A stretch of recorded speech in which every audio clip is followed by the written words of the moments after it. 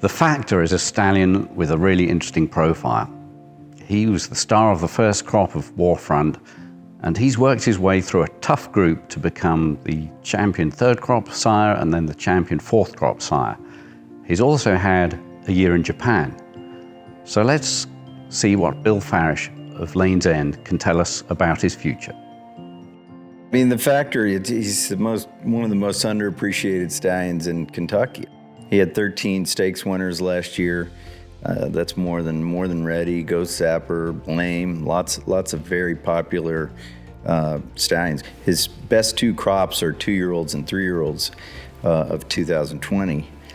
And both very solid books, and at $25,000, which is his highest fee that he stood for so far.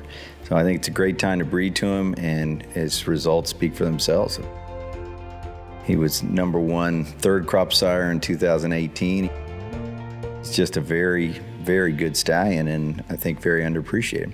Yeah, well, the Factor, never ran on turf. He was all dirt, and he's getting horses that do both, which is a tremendous advantage nowadays. They seem to perform on any surface, and they're not purely sprinters. They're, milers, which I think really was what he was best at as well. A very solid book last year, and interest so far this year has been very high. We won't breed him to more than 120 mares this year, which I think is, again, a huge advantage for commercial breeders, because they're going to be other stallions in his price range and in his performance range that are, bred to 200 plus mares, and that just won't be the case with him.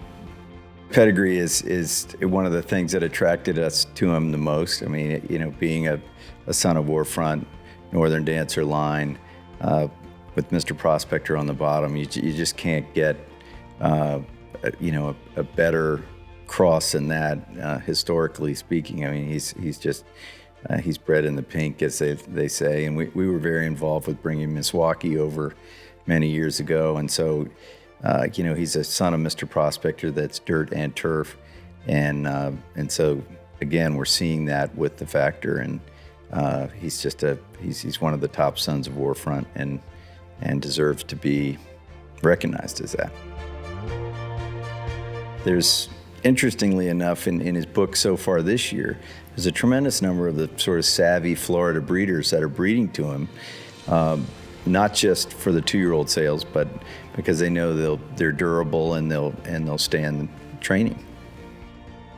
Really emerged from a good crop of young sires as the top sire in that crop. Tremendously consistent with the number of stakes winners that he gets. And, to be priced at where he is a little bit of a result of being gone for a year in Japan. And I think gives breeders a real chance to get into him now at a very reasonable fee.